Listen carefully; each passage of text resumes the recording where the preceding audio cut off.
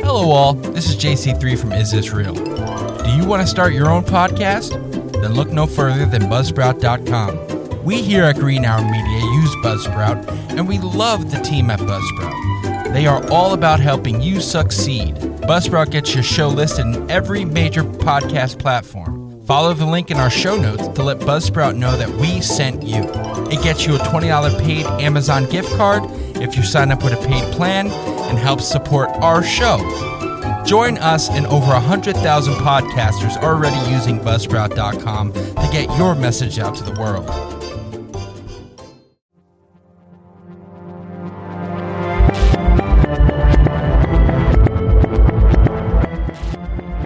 From the Keith Vincent Carroll Studios in Paterson, New Jersey, Green Arrow Media proudly presents Is This Real? Tonight, we'll discuss the Voynich Manuscript. What are its origins? And now your host, JC3.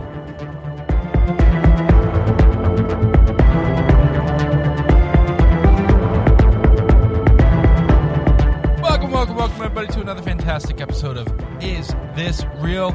On this episode, as Dad said in the beginning, we were talking about the Voynich Manuscript, and in the booth tonight, we have Big Joe. Say hello to everybody, Dad. Hello, everybody. And we have the Don at the desk back with us again for another week. Say hello, Anthony. Oh, it is what it is. What? What? Never mind. So we're talking about the Voynich Manuscript and its origins and what it's written about, or what is written in it. Now, we don't know. What is the Voynich Manuscript, Joey? The what? The Voynich Manuscript. What is it, Joey? It's an illustrated manuscript written in an unknown language. Holy shit. Yeah. How old is it? Hope I get tickets on that. Thought to have been created in the 15th or 16th century. So it's about 600 years old. Yes. And right. No one's been able to decode it. That's not true. Well, hold on. I know we're getting there. Don't jump ahead, fuckface. Okay, all right. It is named after an antiquarian bookseller, Wilfrid Voynich, who purchased it in 1912. Okay. Scholars and scientists have sought to decipher the text since the manuscript was first discovered. Since 1969, it has been housed in the Voynich, yeah, I think Library. so. Yeah, rare book and manuscript library at Yale University. And then they carbon dated the fucking thing, right? Yeah. I guess you know more of that. If you know, please tell. Okay, fine. I'm trying to keep you the host, ask you questions. It was carbon dated to the early 15th century, you have to be an around asshole. 1404 and 1438. Thank you, Dad. And stylistic analysis indicated that at one time it was composed in Italy during the Italian Renaissance, but we're not sure. The origins, the authorship, and the purpose of the manuscript are debated. However, various hypotheses have been suggested. Now, it includes script for a natural language or a constructed language, an unread code, a cipher, or a cryptography. No. What? You're not creating your own language. It's seemingly a meaningless hoax. So that's where we got to pick and choose from now. Is it a hoax? Well, the codex measures about 9 inches by 6.5 inches. It contains 102 heavily illustrated parchment for about 234 pages. So that means that this person either had their own language, spoke a dying language that has yet to be identified, or really wanted to fuck with everyone in the world. Well, he did a good job because you had code breakers from World War I and II that decided to try to break this code on this thing and couldn't do it. They were trying to break the cipher or whatever, and they couldn't do it. Yeah. So that just goes to show you that if it was a hoax, it was done really well. Yeah. And in the book, it also has illustrations of botany, astronomy, astrology, biology, cosmology, pharmaceutical, and section of continuous text with decoration marking the beginning of short entries thought to be recipes. So it's a one-stop shop kind of manual. Pretty much. I know some pieces fold out like poster size too. Mm-hmm. It's parchment, its covers, and its binding are, they sampled part of it in 2009 at the University of Arizona, and they carbon dated it to 1404 into 1438. Protein testing in 2014 revealed that the parchment was made from calf skin and multispectral analysis showed that it had not been written on before the manuscript was created. If this goes back that far to 1438 and 1404, I don't think it's a hoax. And the reason why is those guys didn't have time on their hands, so wouldn't even know what a hoax was. Unless you had somebody that could see the future and say, oh, you know what, I think I'm going to mess with somebody, 600 years from now. I honestly believe that this is written maybe by a bunch of different people that got together and all lended a little piece of their own thoughts to it. Yeah. Well, here's an interesting little tidbit. I'll use that word because Josh was not here. It is not known where exactly when the manuscript was created, though extensive research has suggested that it was made somewhere in Central Europe, and the carbon dating has assigned to the early 15th century. One long-standing theory that was debunked by radiocarbon dating was conducted in 2009. Was that it was written by 13th century English scientist Roger Bacon.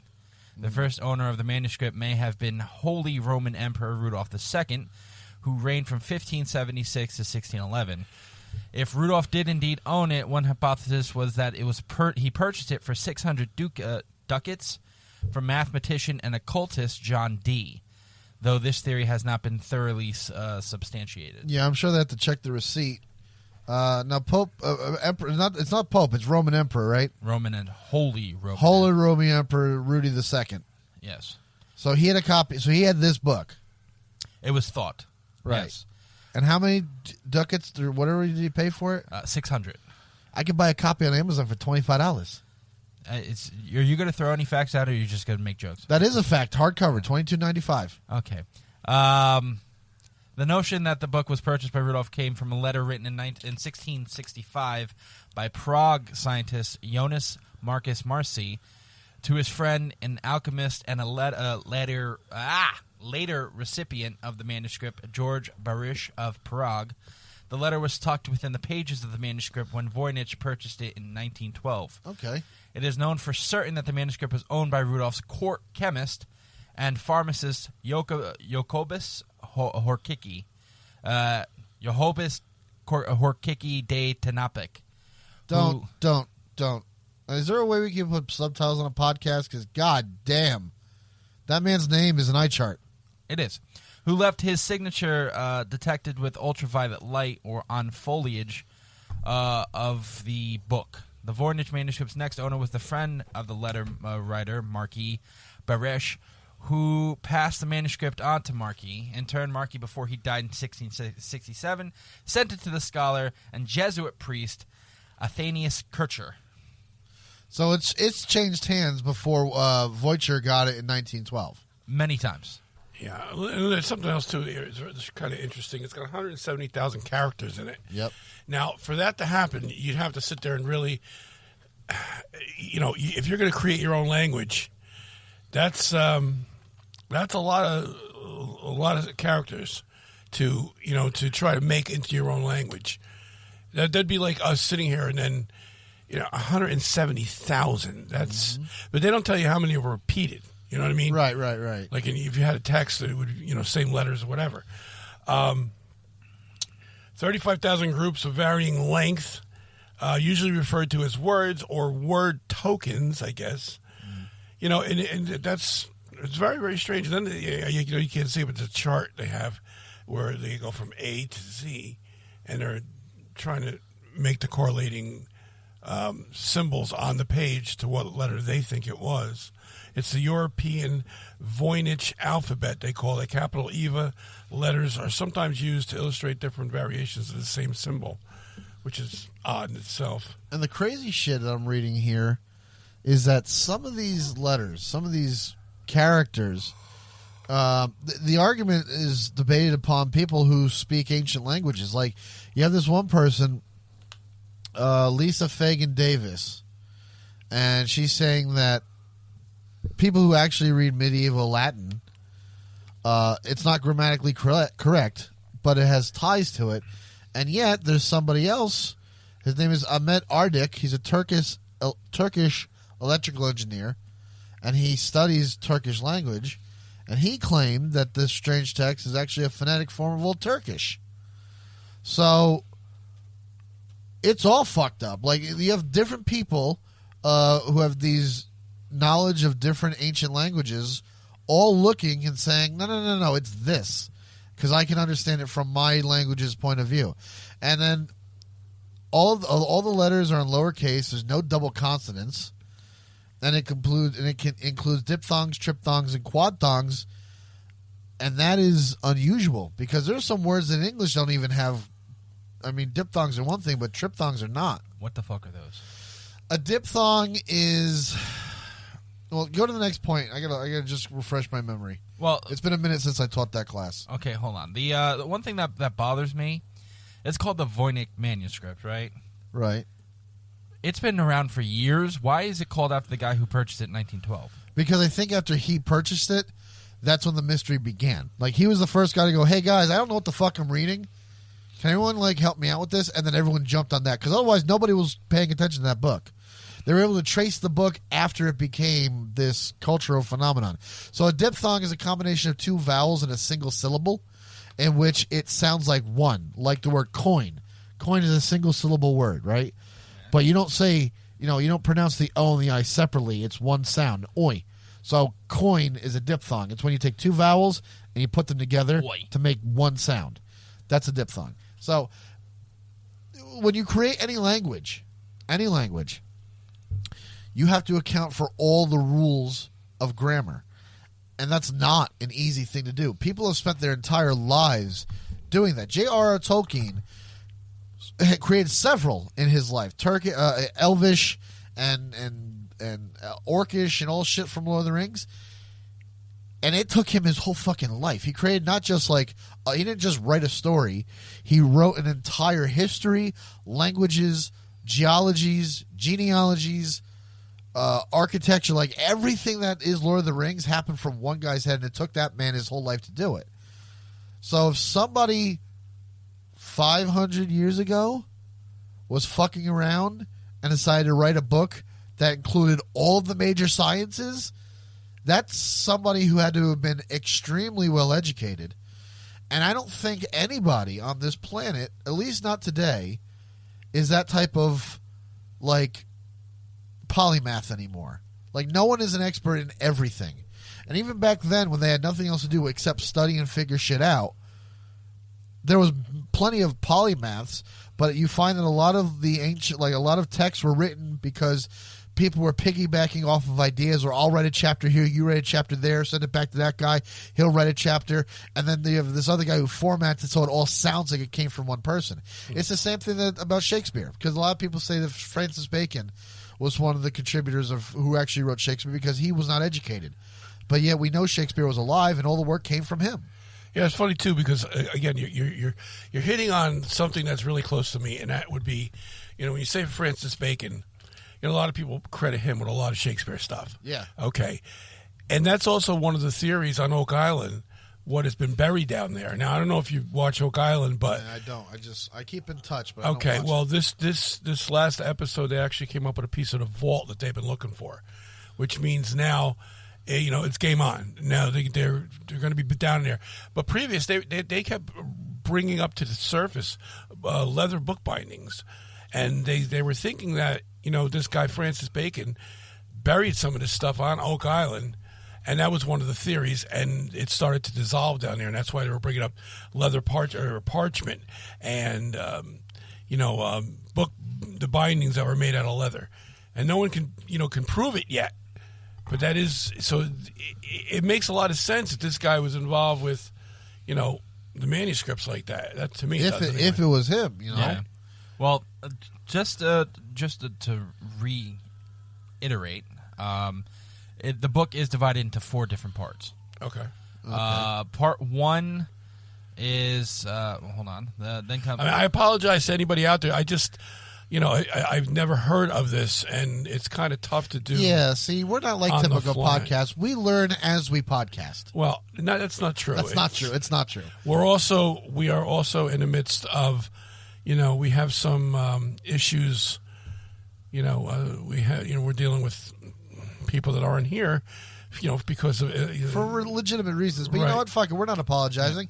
Keep it up, Joey. Anywho, the first part is in it's an herbal section, featuring vibrant drawings of plants, but nobody is quite sure what sort of plants they are supposed to be. Right. So this person, whoever drew this book, drew plants that nobody knows what plants they are. Well, can I say something about that though? Okay, go on. I'm not being a dick. You are? No, I'm Go not. on. But just listen. I've seen pictures of this manuscript. Right? You can Google it. There's plenty of pictures out there, and like we don't know what these plants are. Like we're looking at the plants, we can't identify them. Is it possible that the guy who drew these plants just happened to be a shitty artist? You know what I mean? Like anything's possible, Anthony. When you're dealing, don't forget too. When he was dealing with it, he was dealing with a quill. right? Exactly. He didn't have a magic marker back then. Exactly. A quill My and ink. point. Hold on. Let me continue. Then the next part is, again, it has more drawings. So most of this book is drawing with unknown language. Sure. So then comes the astrological section, which includes a fold-out drawing of celestial charts that do not seem to match up with any known calendar. Right. At all, Right. which is very weird. Yeah. Why would anybody have a calendar that nobody... I mean, you could create a calendar, but... Well, again, going back to the idea of Tolkien, he created everything from Lord of the Rings out of his head. And if this was like someone's like manual to this world that they were creating, and they just wanted to jot these major points down before they developed the rest of the story, I could totally see that being like a fan fiction also work of art too, type of thing. whoever drew it could be coming out of his mind. Like back then, you didn't have any set. Like this is like now you can buy an app on your phone, put it at the sky, and it'll tell you what is. Your Uncle Roy does that. But still, you still had people studying the stars back then. Yeah, that's true. I mean, Galileo and... Well, how do we know he was studying the stars? And maybe he did it on his own, and then he decided to draw it on here on his own and not have the input of other, Right. Like Galileo even if you or whatever. you don't have to have the input, but the stars are the stars. You could. Well, I mean, granted, you could sit there and make up any pictures of whatever you see in the stars that you see. Right. But as far as drawing astrological stuff and seeing where star placement is, that's star's going to be there. The star's going to be there. You know what I mean? It's either that or the guy like literally just drew a bunch of stars in the sky and like, there you go, it's the sky. Like, you know what I mean? Like, he didn't put that much effort into it.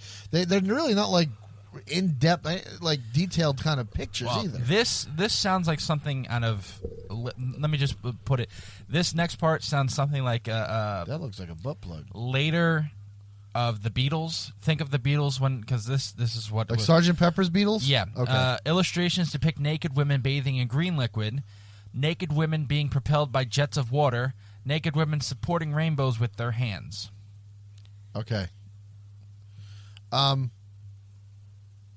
There is explanations for that. I did read a little bit about that. Let me guess, he was high on something. No. Do you want to hold off the explanations until next segment? Yeah, we'll go on a quick break right now, and we'll come back and explain more of what the hell's going on with this book. Dildos. We'll be right back. It was dildos. No. All right, we'll be back. Hi, this is Anthony from Multimedia Mafia. If you love what we do and you want to know more about us, head on over to greenarrowmedia.org.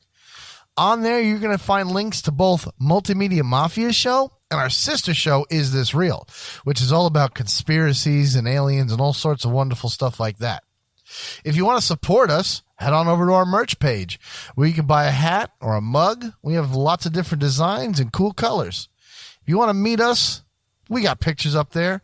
We have a little biography, and you can even stream the show right through the website. And hey, don't forget to check out our YouTube link where you can check out all the filming that we do right on our YouTube page.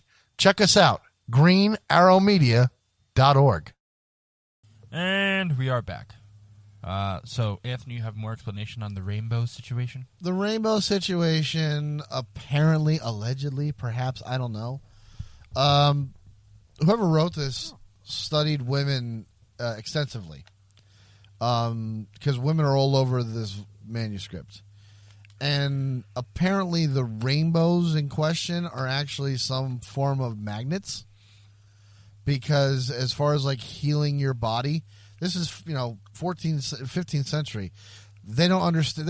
They throw shit at the wall to see if it worked. You know what I mean? Look, 200 years ago, when a woman was going crazy, we gave her cocaine and an orgasm and said, okay, you're better now. Like, that was science 200 years ago. Or 100, or 150 years ago. 500 years ago, they were like, oh, you're having cramps? Throw this piece of metal in the bathtub with you and see if it heals you, because we see it does things to other parts of, like, the world. Like, it attracts things, so maybe it's going to suck things out of your body. You know what I mean? Like, it was pseudoscience. Right. It wasn't official, but they were just trying anything because, fuck it, we don't know better anyway. Well, here's a fun little tidbit about this. William Shatner contributed a dramatic narration of the book.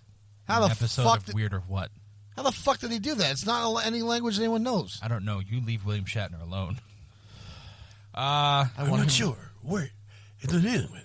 There's a plant on this page. But like we It's said, drawn incorrectly. but like we said, many of the world's top cryptologists have tried and failed to decode the text. William Friedman, Washington Post's Sadie Dingfelder. There's a bunch of people who tried, and now it has its own language. It's called Voynichese, which sounds a little racist. I don't think it sounds racist, but I don't understand how you can create a language out of something that is not known or spoken. You know what I mean? It's kind of like putting the cart before the horse. It's like, we've identified 50% of it. We don't know how to pronounce any of it, but we could barely read it. So it's its own language. Yeah, I think this is going to remain a mystery for a long time until you can actually come across the language itself. And if it isn't, if it's an ancient language that we just don't know about, that's going to make it all the more tougher, because you're never going to get to what, it's always going to be a theory. Even if you solve it, it's still going to be a theory, because no one's going to, I could tell you the letter A stands for Z, but it's just a theory, Now, apparently, someone said that, I forget where, hold on, I'm trying to find the right article here.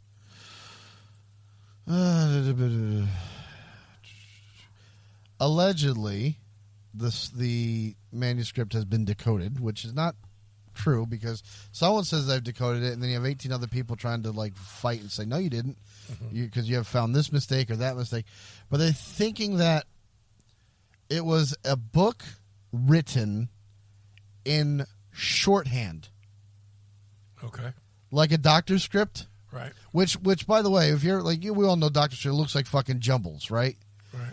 But there's actually an alphabet that's devoted to doctor shorthand. I forget what it's called, but if you look it up, what they do is just scribble on a piece of paper and it looks all fucked up and weird. That is actually accurate based on that alphabet that they learned when they're in medical school, because they shorthand everything to the nth degree, right? So someone is saying that this book is basically a giant script pad, and somebody was writing shorthand the entire time and drawing everything out. What was the name of that Johnny Depp movie where he was trying to find copies of a book that the devil wrote? You remember that? Oh. The Seventh Seal? Something like that. Yeah. Okay, this is what kind of reminds me of. They can't find the fucking the guy who wrote it, and it's a big mystery. What if the devil wrote this book or this thing?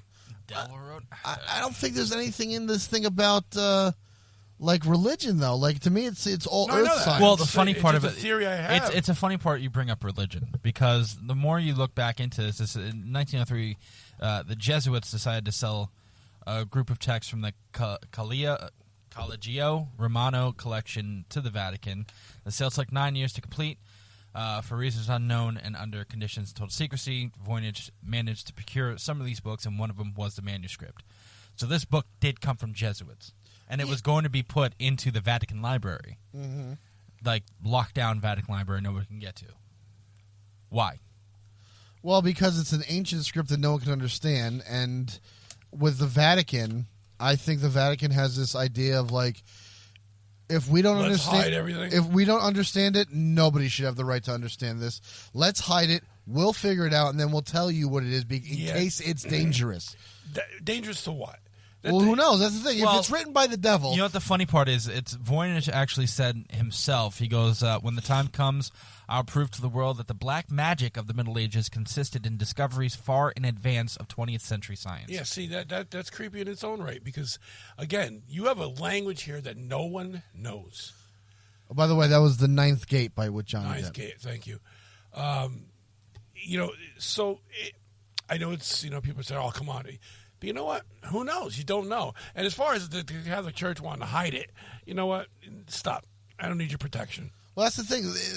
The Catholic Church, if that's the case, the Catholic Church is going, hey, let's err on the side of caution here. We don't understand this language. What if Satan did read it? Someone translates it correctly, and we have the apocalypse. We can't afford that. My thing it's is, not in the budget, so let's lock it away. Let's take it back on what you guys were yelling at me last week's episode. There's nothing is saying about anything that has to do with religion or right, like the devil. So what evidence is there to say that this has anything to do with like that type of stuff? No, there isn't. I'm just bringing that out as a comparison to the Ninth Gate, and just to add to the mystery. Right. To me, it's. I mean, there is very mysterious that the Vatican would want to hide it. Once they get involved, you got to question why. Also, you factor in this that at the time you're talking the 15th century, there's astrological readings, whether they were correct or incorrect. The fact that we were looking up at the stars and going, God's not up there. It's actually balls of hydrogen and there's planets and other shit went directly against the Catholic teaching, and anything that was going against the church, they're like, fuck you can't have it. You know what I'm saying? Mm-hmm. No, I know exactly what you're saying. And then they launched a crusade. And that was beforehand. But still, like, no one knew what the fuck this is about. And here's the thing, because this book is full of, like, pictures of plants and women and astrology, and it goes through all the things that we were talking about before, to me, it's a book of all earth sciences. Even if you don't understand the earth science behind it, it's a book full of earth sciences. So I would immediately rule out anything that has to do with religion. All right, so what is your take on the language part of it, though? Well, if it's shorthand, it's somebody's shorthand that they understand. There's times I write a note, and 20 minutes later I look at it back and go, I don't know what the fuck I wrote. And I I'm writing something down just to have it, so I don't forget it, and then I've wound up forgetting anyway because I can't understand my own writing because I wrote it in such a rush. Now, that might be the case for this person. Whoever wrote this might have just wrote out the in the margins this shorthanded, abbreviated language, right? Because, well, these are my thoughts on this idea. Like, say there's a chapter on herbology, right, and all plants. And he's got a plant growing in his window, and he's taking all these shorthanded notes for himself, observing all those things. I'm going to publish a paper about that thing, but until then, here are all of my notes in one place, in my own handwriting that I understand, and when I go to publish it fully and tell everyone my findings, I'll write it in a language that everyone can understand. Yeah, and then it just grew from there, and the fucker didn't stop writing. Yeah, that's definitely, it's a very, how do you say, a credible theory, because, again, we don't know, but... You just got to take into consideration at this point all theories until it's proven, and you might be right in the long term. That it was done in such a hurry. The guy was making mental notes to himself.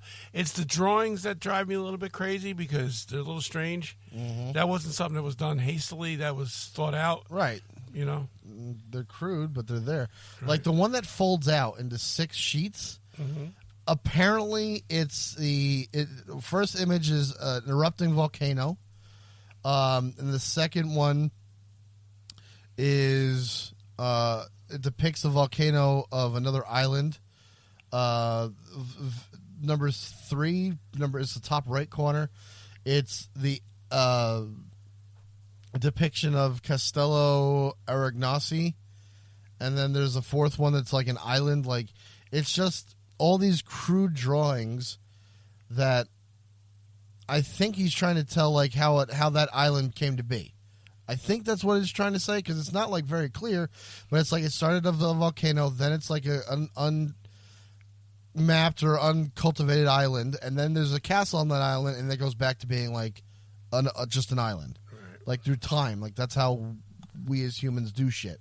Like, we find land creates itself, we find that land, we build on that land, then eventually land takes over, That's why you build. That's why you don't build condos at the base of a fucking active volcano. Has anybody came across any theories of having this thing been solved? Well, everyone has a theory. Everyone has a theory. Yeah, like what I actually came across. Some guy, this professor, it's from the Washington Post. He went to Harvard. Harvard? No. Yes. Yale. No, he went to Yale. Sorry. Pick one. Shut up. He went to Yale, and he was very intrigued about the manuscript, and he's been trying to, go through theories and talk about the theories. There's a theory called the I just had it. Is it this one? No, this one. Proto-Romance language. Okay. That people think that this is it was a language, not a full language, but back in the 15th century, that was a European language that they used, but it wasn't full. It was like a bastard type of slang. Yeah, a proto-Romance. Right. So he goes, I regularly receive Voynich solutions by email with requests for feedback.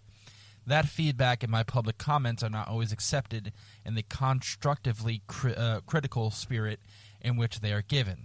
I recently received an ugly and threatening direct message from a fake Facebook account referring in detail to my critique of the proto-romance theory, claiming that the author of the theory will go down in history while I will be remembered as a backwards-looking troglodyte who tried to slow the advancement of knowledge and human progress, and who will fade into obscurity.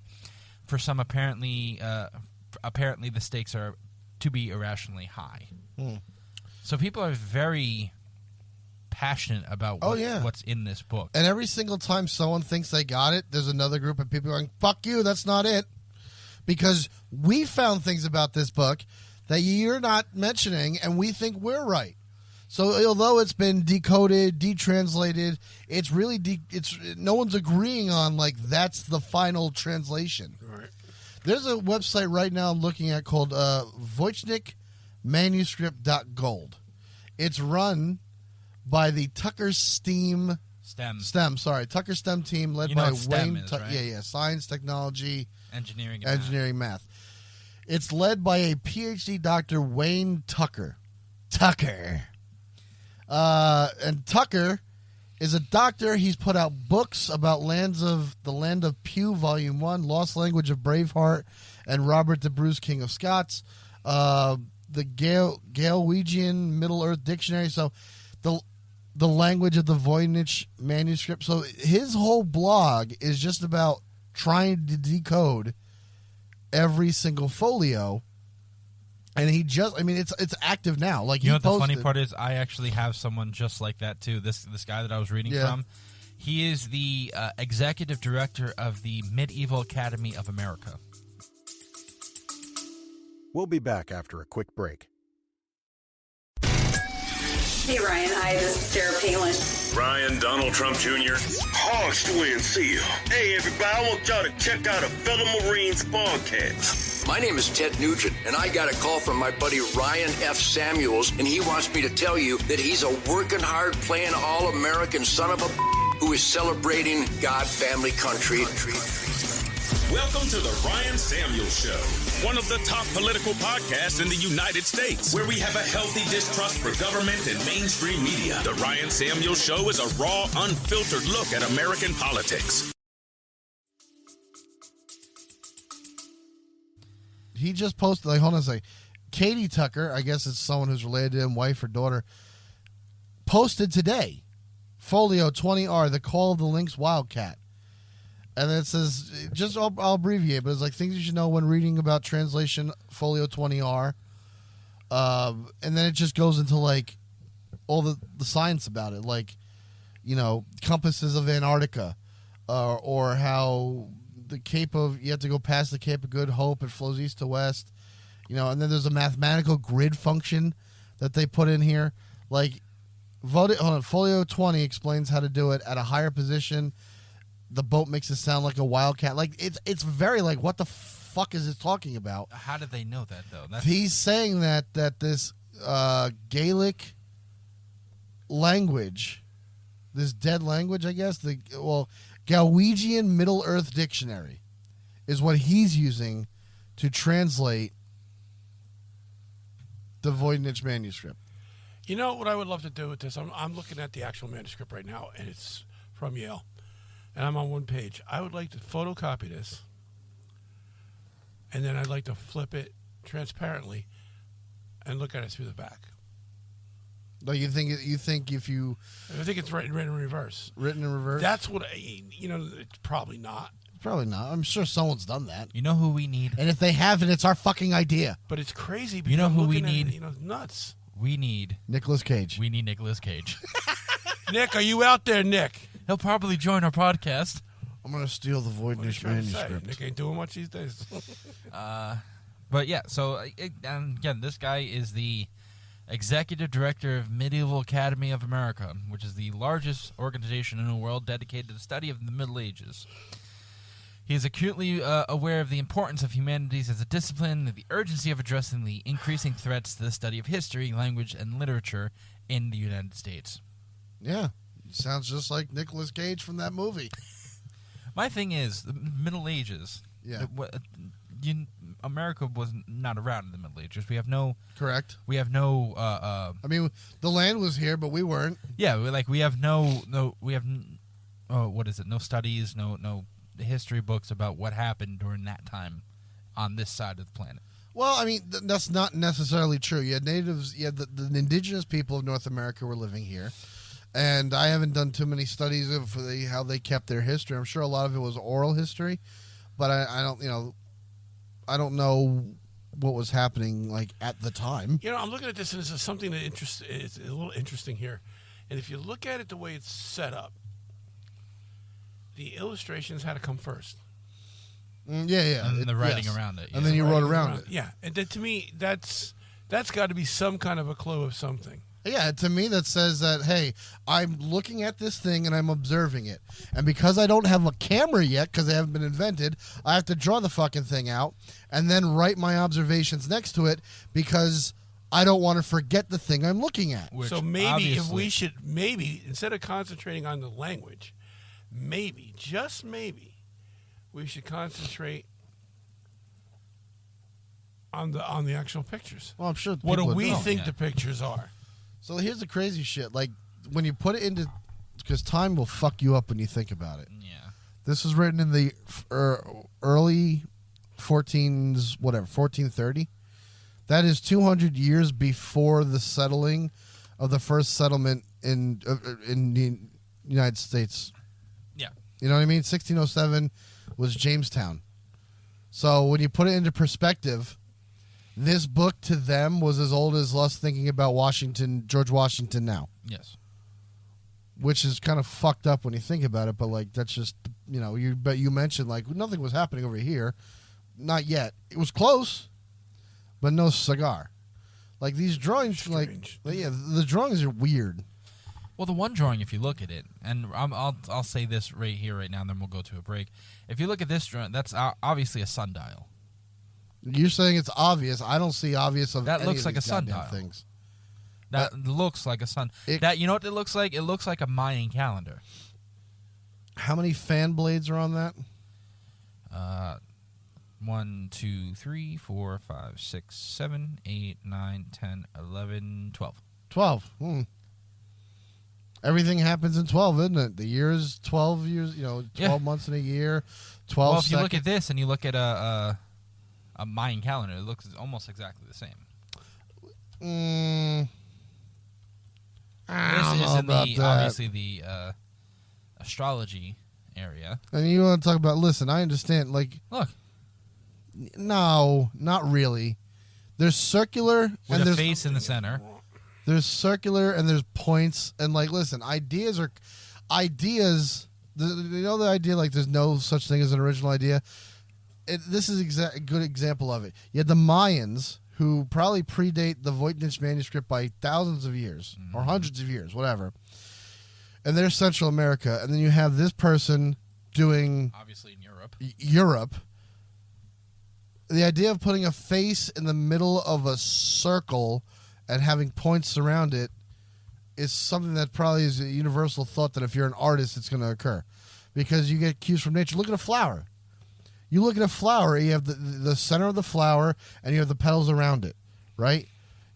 It's something that happens in nature naturally. So so to take a flower and to interpret it as a face and then these weird fan blade petal things, I'm sure the Mayans did the same thing. I'm sure that's exactly what happened. It's weird. I mean, it looks like a windmill to me. Well, this one has a goat in the center of it. At least it looks like a goat. But we'll be right back, and we'll give our takes of what we think this is and whatnot, give our opinions. We will be right back.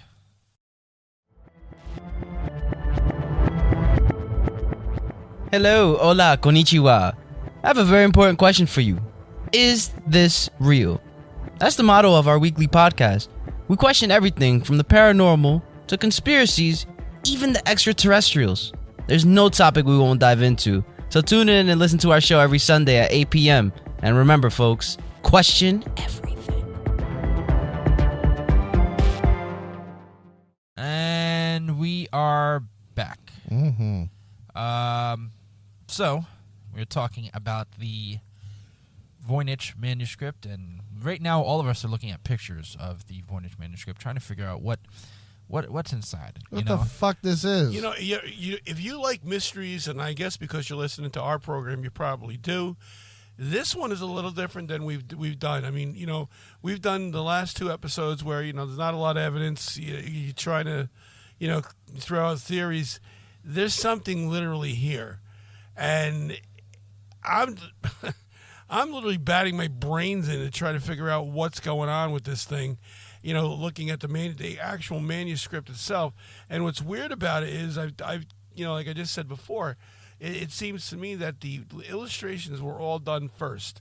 And I'm trying to decipher what these damn illustrations are. And if this guy's trying to draw leaves, I have kindergartners that can do better. But there's one interesting one, page 96. And what it does, it looks like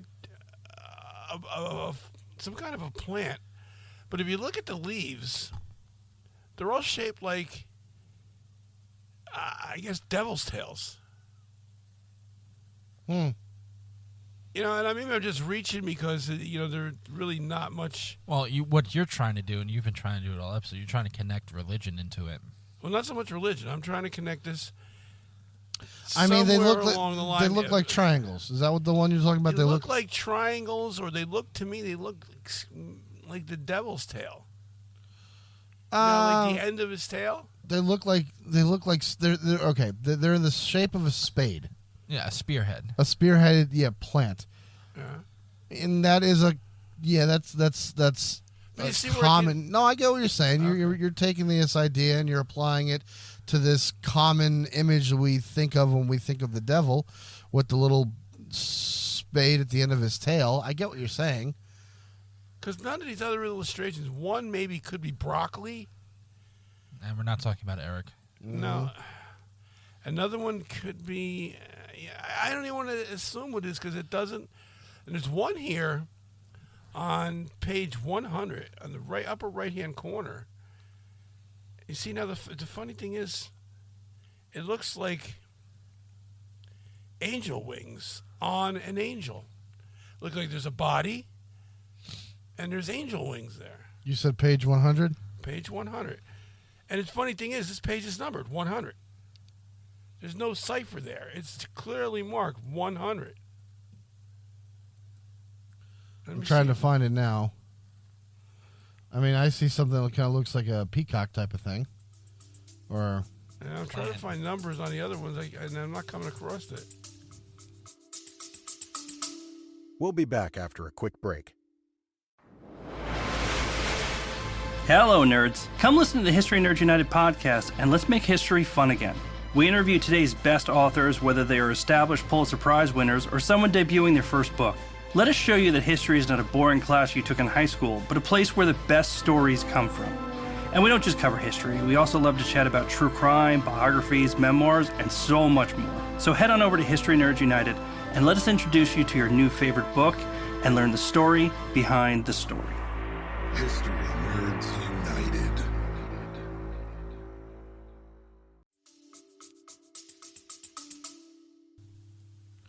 Yeah, there's a website here, they're trying to break it down. Like, there's the one page is women. There's 1, 2, 3, 4. There's like 7 women, and they are in a like green bath. Someone's like, no, they're stomping grapes. Like that's a bunch of women stomping grapes because above them, there's like this vine that comes from the bath and it goes up to a grape plant. So there's that interpretation of it. I don't know if that's accurate or not. There's a lot of just weird images in this fucking book. Yeah, you should. Whoever's out there listening, you really need to do your homework on this one because this one could be very. It's mind-boggling. It really is. I mean, it's right there in front of you. And again, I don't think this is a hoax because hoaxes. You're looking at 1400s. I don't think there was any hoaxes in the 1400s. Not that there was any hoaxes, but it's definitely somebody who just they had their own shit. Yeah. That's what it comes down to. Yeah, so there's not much of a mystery here, except. Well, yes, it is. It's a big mystery, right? What I mean is, it's not much of a. It's here. It's Look, right in front of you. People are never gonna find this, not unless we come across some type of ancient civilization that has been using the same language or anything like that nobody has but nobody has discovered yet. I think personally, my own. If I was going to try to decipher this thing, I'm going to try to figure out what the illustrations are first. Mm-hmm. And that's probably just as hard as trying to figure out what the writing is. But it's weird because if you look at the writing, it's got a weird Arabic writing to it, but it also looks like it's written backwards. But that's maybe just because it's so goofy looking. I don't know. It's one of those things where you're like, do you try to go after the language first, the book? I mean the written text, and try to figure out what that is. That way, maybe that can help decipher what the pictures are, or do you go after the pictures first? And the problem with that, it's like playing Pictionary, because I can look at that image and go, "That's not what you're thinking. That's a dumb thought. This is what I'm thinking," and there's no way of saying that I'm right or you're right. So to sit here and for us to say, well, I think this, or have any type of theories on it, it's going to be good to go out the window, because we're all going to have different type of theories of what we think is in this book, but nobody's actually right because nobody fucking knows. That's right. It's also another point taken. When I said the numbers are clear, then they are, but they're only on the back side of the page. In other words, the front side of the page is no numbered, like 94. Then you go to, let's see, 95V, which would be the reverse, 95. So it's strange in its own right that only one side is numbered, and I'd like to know why that is. Oh, we'd like to know what the hell is in the book to begin with. Right. Yeah, seriously. I mean, obviously, I say obviously, but like, obviously, I would think the first thing that this book has to do with is obviously whoever it is, like plants. Yeah. He was studying the shit out of plants. He was studying some women, and they were studying plants, women, and the stars. And you want to know? I'm going to play devil's advocate here with the with your religious theory, Dad. There's one page of the manuscript, and I have no idea which page it is, but I will say this: it looks to me, it's a flower. Like I don't know what flower, but it's definitely a flower because I see the stem and the roots and the green. But the actual bud of the flower, the actual flower itself, is strikingly similar to Dante's interpretation of the 9 circles of hell. Yeah. What page is that, Joe? You know? Just type in the Voynich Manuscript and just start looking at the pictures. Oh, that's what I'm doing here. You will find it. It is this, like, it looks like a giant ice cream cone with brown at the bottom, and the top it's blue and white circling around. At the bottom. Yeah, no, it could be. Yeah, it looks like beets or radishes at the bottom of the page, and then it goes up, and then it stems out to the green on either side, but then it continues up to like the flower part of it, and it's this cone-shaped thing that starts small at the bottom and works, and as it goes up the page, it gets wider and wider and wider. And then it has a brown thing in it? Yeah, the middle part is brown, the top is white and blue, and it goes like it's every other color. And if you Google in Oh, yeah. Dante's Inferno. Where'd it go? There it is. If you type in Dante's Inferno and look at the images. Right. Not the game. Not the fucking video game. Okay. Dante's 9 Circles of Hell. Let me look at that one. Because I'm just going off of my memory of it. Yep, there it is. You look at the 9 Circles of Hell, according to Dante. It's the same goddamn idea. Yep. Minus, of course, the fucking radishes at the bottom and the trees. But just this inverted, or this cone, this ice cream cone of, like, misery. Yeah, I'm looking at it now. Yeah, maybe I'm stretching here, right? Maybe it's... No, you're not stretching. Like, I see the same thing, but obviously it's definitely... My thing is... it's like nothing to do with hell or Satan. It's just radishes, god damn it. Yeah, like, and what does a radish plant look like? The fuck do I know? I don't know. I don't eat radishes. Like, is it the same shit that we see, like, on there? All right, I'm looking it up. Kind of? Not really, no. No, not really. Hold on. Is there, like, some sort of flower? Like a radish flower, maybe? No. No. I don't know, man. Like, I mean, there is a radish flower, but it looks like a purple 4-leaf clover. Yeah, but it's not going to be attached to a fucking radish. I don't know. My thing is, if we can't see, like, things in the world today that, like, you can turn around and say the guy was a bad, he could be a bad drawer, A horrible artist. horrible artist, you know, but it has to be something like, obviously that looks like radish plants or a turnip, whatever the fuck you want to call it, but it's going up to this. It looks like the It's very alien and bizarre, which is another. That's the only thing I could sit there and really say. It looks like alien language. That's the other thing. Like, people are like, well, we can't understand it, and it depicts, plants that are not of this world. It must have been an alien. I'm like, no, it wasn't a fucking alien. Well, I mean, take a look. If you remember Guardians of the Galaxy 2 and EGOT, or whatever the fuck his name is. Ego, the living planet. Yeah, it looks like something he would bring down to the Earth. Yeah, maybe. You're right. It looks like a plant from a different planet. Yeah. Like most of the things in here, this person had horrible artistic skills, or they were making shit up from top to bottom. I would like to turn around and say that I just hope the person who drew this was completely stoned out of his mind. He's drawing his nightmares. That could be another theory too, man. And just drew his nightmares and drew a language that he saw in his head. What if this was somebody who had an understanding of certain geosciences, like a rough understanding, because obviously it's 15 whatever, right? And he's one of the ways that he believed that he could unlock higher levels of learning is to get fucking stoned. It works for musicians and it works for artists, right? You get high as fuck, and then you start writing out lyrics, or you start playing your thing. And maybe it's the same thing with this guy. Like he got someone stoned, turned around and said that they that's thought that they had traces of Michelangelo near this book. I'm like, one, no, out of date. Yeah.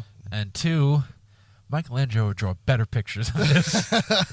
Yeah, he would draw circles. Yeah, like, come on, stop it. No, I can't say that. But like what's saying that this wasn't a person who sat around, smoked some good Babbage, and then looked at a plant for 6 hours and went, you know what?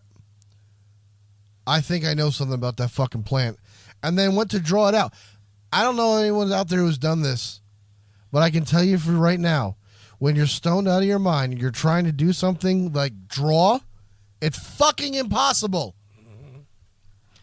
One thing I would like also, because I've seen this in a lot of movies, and I guess it's not movies, but I guess around history. Obviously, and we'll keep this quick because we should be ending real soon. And I believe you guys can sit there and back me up on this. There's a lot of things in history that go by numbers. Sure. Numbers are very, very big in history and trying to solve mysteries. What? numbers are not just big in history. Numbers are history. Yes.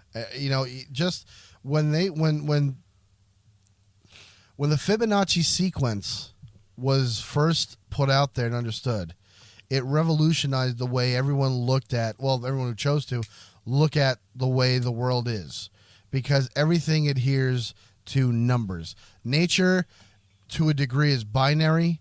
Nature coordinates to numbers.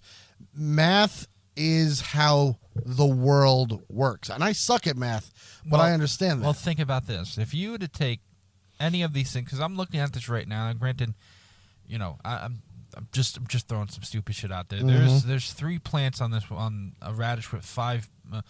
There's 3 plant leaves on the thing that has 5 radishes, and then there's 6 on a one that has 9. Mm-hmm. So, what if this person is doing stuff just by numbers too? Could be. Like, that's the thing. Nobody left an instruction manual with this book on how to use it. Right. Like, I would think. I kind of like. I like the theory that someone's like, this is shorthand, to a degree, like doctors do today. I get that. But of what language? Whatever ancient language they were speaking at the time. And here's the other thing about language: if this is somebody's personal notes, right? Because people keep diaries, people keep observations and shit to themselves. What if somebody was writing in freehand? They had a bastard type of language that was a mix between their dialect, where they were raised from, and where they were living, and they wrote shorthand in a way that they can only understand it. And because this book is not going to go out to the world, it's from my observation, they didn't give a shit about, coordinating it so everyone could read it.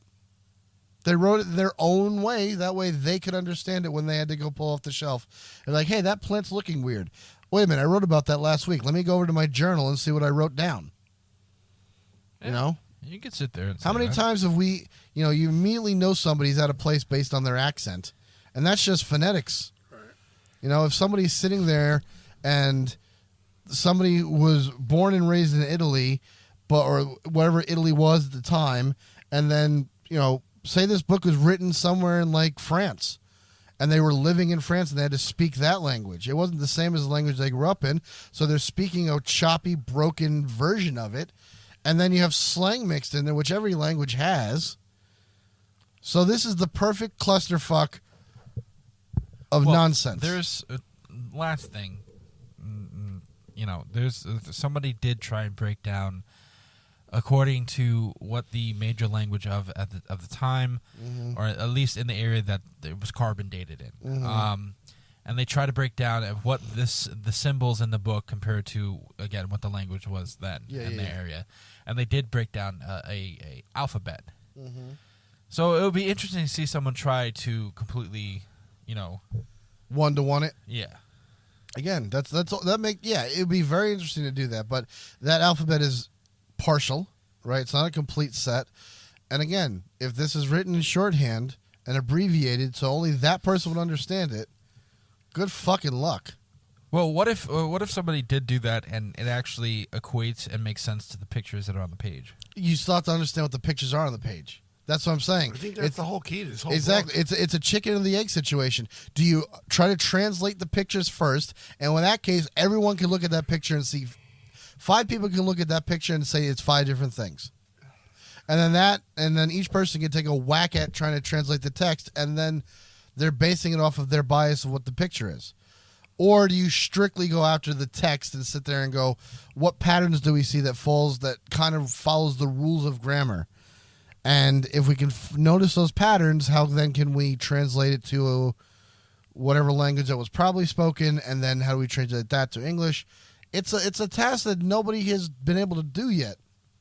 Well, people have claimed, right? Well, what I really do believe, and maybe I'll start us off with the "Do you believe it?" portion of the end of the show. I believe that this book has a lot to do with, like I said, earth sciences, trying to figure out like things that this person could see. You look out, you could see grass, you could see flowers, water, the stars, shit like that. This was somebody's journal or textbook about all the things that they're observing in the world, and they're trying to make sense of, and because there's so much of it, they had to write really fucking fast, and they put it in the way that they're the only ones who can understand it. That's my belief on this. That's what I think this book is about. I don't think it's anything satanic or religious in any way. To me, there's titties, there's flowers. I can't see Satan. And stars. I don't see Satan when I look at titties, more flowers, and stars. Dad? To me, I think this is just nothing more than somebody who is, like Anthony said, just observing things and writing it down. And maybe, just maybe, it was a small group of people who only understood this language, who were maybe by themselves, and that's why we don't have, what would you call that? We don't have writings because nobody knew this language, only the select few. And so you guys are attributing to like a lost civilization. Kind of, in my area, yeah. For Dad, maybe. For me, it's not so much a lost civilization. It's just that, I wrote a bunch of shit down shorthanded, and since I'm the one who's writing, I'm gonna understand it. Like, if you like when I take an order at work, right, or even a lunch order, I don't write French fries. I write FF. All right, FF B's W/chi burger with cheese. FF French bastard. Well, no, I'm saying, like, if everyone's giving me an order, I am shorthanding the fuck out of it. Two-way, too. Exactly. Like, they do that in restaurants all the time. Mm-hmm. So when someone takes an order down, they just write it as fast as they can in a way that they understand it. And I think in a changing world, with a very obviously and over-curious mind, trying to understand everything, this is what you're going to get. Oh, well, what do you think, Joe? I'm on the same page. I feel like it's. I mean, I don't know so much about like somebody shorthanding or anything like that. I think this could be just a person in an area that we haven't discovered, or is just lost to time. Because I guarantee there are many different languages that are out there that are just lost to time that nobody knows. Like we could find something and be like, oh, there's a writing on it that we have no clue about, You might be right, Joe. I could attribute it to that, and this is because at that point you're not having, this is before, I believe it's before the written word got to the public, right? This is before books being published. No, I mean, this was before the printing press. But I don't. But I'm saying like mass, right. You weren't going to a library and pick a copy of this shit up. Yeah, no. So this could be something of a scientist or someone studying all this stuff in his area, in his little culture, that did this for his little area and trying to teach people around the shit that he saw. Mm-hmm. I could see that happening, and that civilization, wherever this civilization may be, wherever this is, just was lost to time, just time grew, just like what the one page about the volcano, Yeah. I mean, obviously, so that's the weird part. You can almost pinpoint where this kind of was written, because if this person was making observations about certain land structures or volcanoes and shit, then you could rule out that they lived in like Siberia. You know what I mean? Yeah. Like, at that point, I'm saying, like, maybe it was a small tribal group that lived isolated from the world, and this is the last known surviving text of that people. Yeah, it's possible. But at the same time, if you're making observations about shit that's in the middle of Europe or in the Mediterranean, then the idea of, like, an isolated group kind of goes out the window. Because by then, Europe was all under... the Holy Roman Empire. You can't even say that because what's that one island that we have now that nobody can get on? That there's an isolated group of people, these natives. But that's off the coast of India. Still, I understand, but Joey, when the Holy Roman Empire conquered, they fucking conquered. If they couldn't bring it back, they would burn it or fuck it or eat it. Like those were the options. It's either come back with us or it's staying, or I'm eating it or I'm fucking it. And if I can't do anything, I'm setting it on fire. Like, yeah, they didn't fuck around. So, all right. So let's just put it out to the public. What do you guys think about this? I really, again, we keep saying this every week. I would really like to hear what people, our listeners have What's to your say opinion? about it. What is your opinion about this? Let us know on all of our social media accounts. Like, we're definitely going to be looking more into this because I think this piqued all of our interest. Because obviously, this is different from last week. We're not sitting here arguing with each other. No, it's different. So I think that will be that this is something that needs to be, I believe, we figured definitely out. got to revisit it. I was going to say, I think we need to revisit this episode in a couple of months from now, because I want to hear Eric's thoughts on it, and I definitely want to hear Josh's thoughts on it. Yeah, definitely. Because when Eric is stoned out of his mind, he can pull some shit out of his ass that makes perfect sense that no one would thought of. And Josh has a love for puzzles, and I could totally see him coming up with a new theory that would just make me shit my socks. Okay. Big shout out to those guys. You need to get back your asses back in this goddamn booth. It's lonely on my side over here, but we understand. I'll come over there and help you out, Daddy. Get healthy. Get back in here. Let's go. But yeah, so we do have 2 episodes left of this season.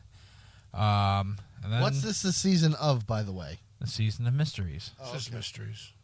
I told you, it's world mysteries. Like, what happened to Joey's feet? He hasn't seen them in years. All right, let's forget what happened to your penis. No, you haven't seen that in years either.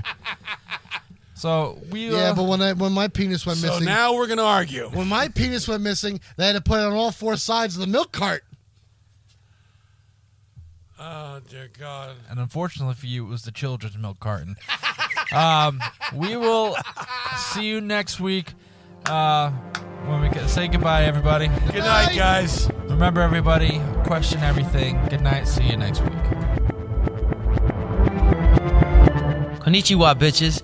It's Ryu West speaking. If you want to find out more about the Is This Real podcast, follow us on Facebook at facebook.com/isthisrealpc, or on Twitter at isthisrealpc, or on Instagram at isthisrealpodcast, all one word.